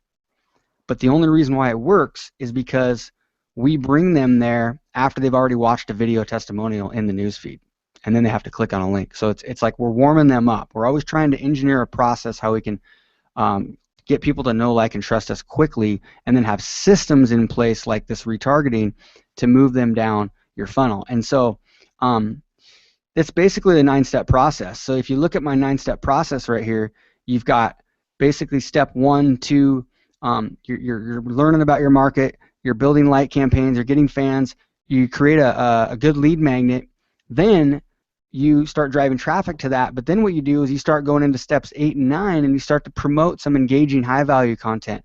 But you're not worried if they opt in or they take action, because you know you've got a retargeting ad in place that's going to show to them later on that day or tomorrow.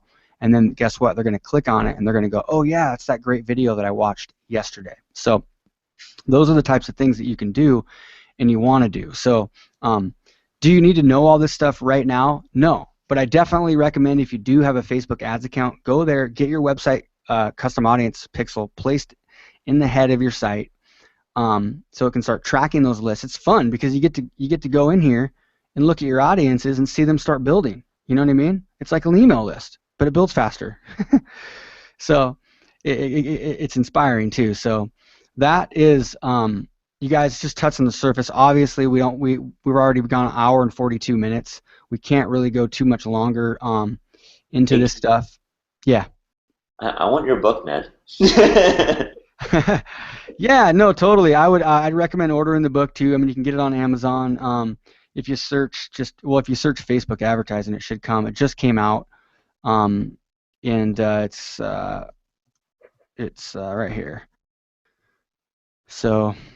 Yeah, number 1, of course it is. Yeah, number 1. And so we really haven't even started really to promote this thing yet. We've got a really cool funnel for this we're excited about. But check that out, guys, and you get some bunch of free trainings too when you do buy it. But you know, if you did enjoy the content of this webinar and you want to achieve similar results, you guys, I didn't even show you a bunch of testimonials and stuff that we have, but I mean, we've got a lot. But go to tribelearn.com/Facebook. Get in there and get the book too. Absolutely. Some of the guys we work with, Bill Harrison is a partner with Jack Canfield, Chicken Soup for the Soul, and we help people write books and become bestsellers. And so we've helped them generate tens of thousands of leads and millions in sales directly from Facebook. Seth Green, I'm just going to skip through these because we don't have time, but he's added over $500,000 in revenue since going through our training, and $2.2 million in sales for his clients. This is Perry Marshall talking about no other traffic source in the last 5 years has brought me more customers for less money. I got a whole story of how I fell, and Perry and I started working together. It's basically because I started running Facebook ads for free because I was doing stuff for a friend of his, Bill Harrison, and then they reached out to me, and then he started seeing the results, and he's like, holy crap, Facebook is back. And so and now it works better than Google, and he's the kind of the godfather of AdWords. So this is a $39,000 service sold from Facebook, basically. No, was it a Facebook ad driving traffic to a $39,000 consulting thing. No, it was a $7 book offer, but on the back end they became a high-end client. But they came into the funnel via Facebook ads. So this is one of our clients, Travis, talking about how we've helped him generate over 100,000 in sales in a month on 19,000 in ad spend. So this stuff works, you guys, once you really understand the process. But it takes some time, Yeah, I'm just going to skip through these because we're already we're out of time. But basically, if you come into the tribe, you get this. You get a lot of stuff, checklists, video trainings, live trainings every month, recordings, access to the tribe, and to me. My team's in there. Ralph, my partner who runs the agency side, they're in there. They're answering your questions. It's pretty cool. So, of course, real world case studies and stuff. So, basically, if you look back to that first comment from Victor talking about how excited he was, and he's now able to have a better Christmas, and I'm excited because the stuff that he's talking about, like this website custom audience stuff, it can make your eyes glaze over. I bet your guys were glazing over when I was going through that, especially how fast I went through it. But the opportunity that you can have is really powerful. So especially if you're a small business or you're just starting an online business, or if you have an online business and you have a huge organic following, I'm telling you, the people that have big organic followings, it's easier for them, and it doesn't come across like you're selling, because if you do it right, you're just kind of putting another great message out. Maybe it's something that you want them to take action, but it's only being showed to people that have kind of already been exposed to you somehow, maybe opted in, maybe you've been to your blog. It's really powerful. Website custom audiences are powerful. And then when you start using overlaid audiences, like I showed you, where somebody likes Tony Robbins, likes meditation, but also has a lookalike, looks like your audience, and so it's really powerful. It's cool. But like I said, number one thing is get that pixel on your site. After you get the pixel on your site-wide, you can go in later, like a month later, and start putting different URLs in there and start kind of organizing it with different pages. You don't have to do that right away. The key is to get it on there now and start tracking. So that's the one assignment I have for everybody. The other assignment is to go join the tribe. So it's not expensive. It's like $99 a month. I mean, and you're basically getting to learn from the millions of dollars we've spent on Facebook ads. Literally, we have a brain trust. We've got 15, 16 high-end clients. We pass down a lot of clients to our guys that are consultants, so they've got tons of clients, and it's like this lab, and we're always testing. And like we just did a webinar a couple days ago about how to really use Facebook's optimized bidding the right way, because Ralph and Titus and Michael on our team are just running all these tests. It's pretty fun. So it's kind of like you guys are testing these different posts, and what kind of emotional triggers trigger something to go viral and what doesn't. We're doing the same thing with the ad side of it. These guys are looking at the reporting, and they're finding out, is it mobile, is it desktop, is it this image, is it that image. It's pretty fun. So we just kind of regurgitate that back to you guys. So we'd be happy to share all of our best practices with you guys and Tribe Learn as well, and learn from you guys. I mean, that's what this is all about. This is actually about being part of a tribe of people that are actually doing it, actually executing it in real life, and who are at the cutting edge of it, and learning together, and sharing best practices. And there's really no better way to learn. And at the end of the day, the ROI from things like this, when they're actually executed, is so infinitely beyond. What is it, $99 a month? Yeah, exactly. Exactly. Yeah. It's playing the game. It's really, to be part of a tribe like that is pretty small. Yeah, it's crazy. It's crazy. So it's guys, that's really all we got for you. I'm trying to think. Let me look at this. Wait, I'm getting. Oh, there's a chat. Oh no, there we go. Yeah, we got to run. We've gone pretty long right now. So first of all, thank everybody for getting on and staying on so long. And thank you, Adil and Ram, for showing us behind the scenes of all the super cool stuff you guys have done. Make sure you go check the pages out. Check out. You guys want any URLs you want to share with the folks? Yeah, check out unify.org, facebook.com/unify, And just look at Man Behind the Mirror on Facebook. You can just type in Man Behind the Mirror, facebook.com/Man Behind the Mirror. And just like, Keith gave you his advertising assignment, our assignment is for you to study the virality on Facebook, like we said. Go through your own newsfeed and go look at what actually has gone viral and what has been shared. And go, instead of just being a consumer in Facebook, study yourself what triggers you and why. And you're going to start to see the same patterns in yourself. You're going to start to witness the patterns around you. And really become a witness of those patterns like Adil was mentioning, and you're going to get a lot of value from that. So, and some masters beyond us that you want to look at, Mind Unleashed on Facebook, and Spirit Science. The Spirit Science are amazing, and IFL Science. Yeah, IFL, I effing love science. Oh, can you repeat those? Real quick? Are we allowed to swear on here? Is that, if it's for a good reason? I fucking love science. They're amazing on Facebook. They're masters. We learn a lot from them. And Spirit Science is another good one, and the Mind Unleashed on Facebook are gurus that we study and curate from a fair bit.